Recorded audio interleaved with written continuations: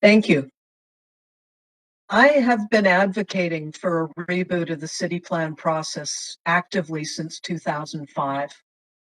Regime change and senior staff retirement took the momentum out of completing the city plan that was led by Anne McAfee in the 1990s.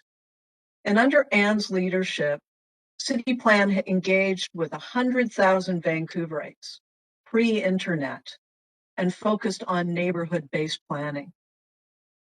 I campaigned in 2018, and it would have been my first motion in this council. It had Councillor Cllr not beat me on the queue, and I was happy to second the motion. So make no mistake about it, Vancouver needs a citywide plan, without a doubt.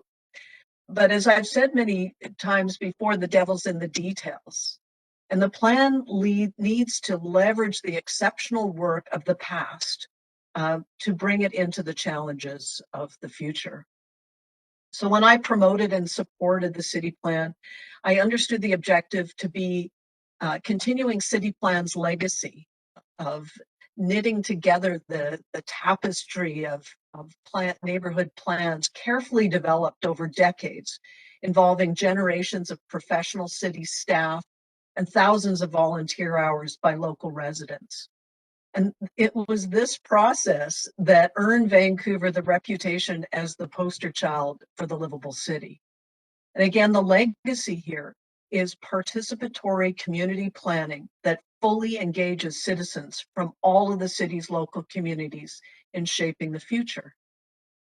However, this plan takes a wrecking ball to Vancouver's, or a steamroll, or whatever analogy you want to use. Council, here it's been interesting as having people acknowledge the value of the neighborhoods, but what the residents have been telling Vancouver has largely been disregarded in working with established communities, and it's disengaged neighborhood residents in this flawed process.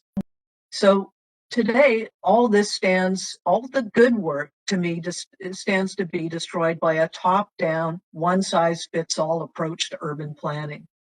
Instead of a plan that reflects the nuance of neighborhoods in the way it balances adding human-scale housing solutions, addressing mobility, community amenities, economic activity, green space, and affordability, the rebranded Vancouver plan is deterministic.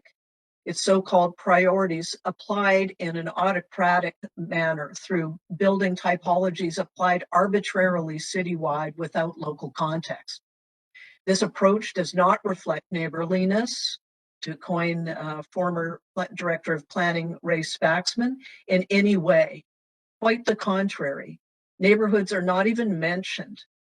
And the related amendments are generally hollow because they give empty verbiage without meaningful neighborhood-based planning that respects, potents, and builds on existing character and heritage community assets while allowing for the growth that we need. This is not the citywide planning process I advocated for all these years.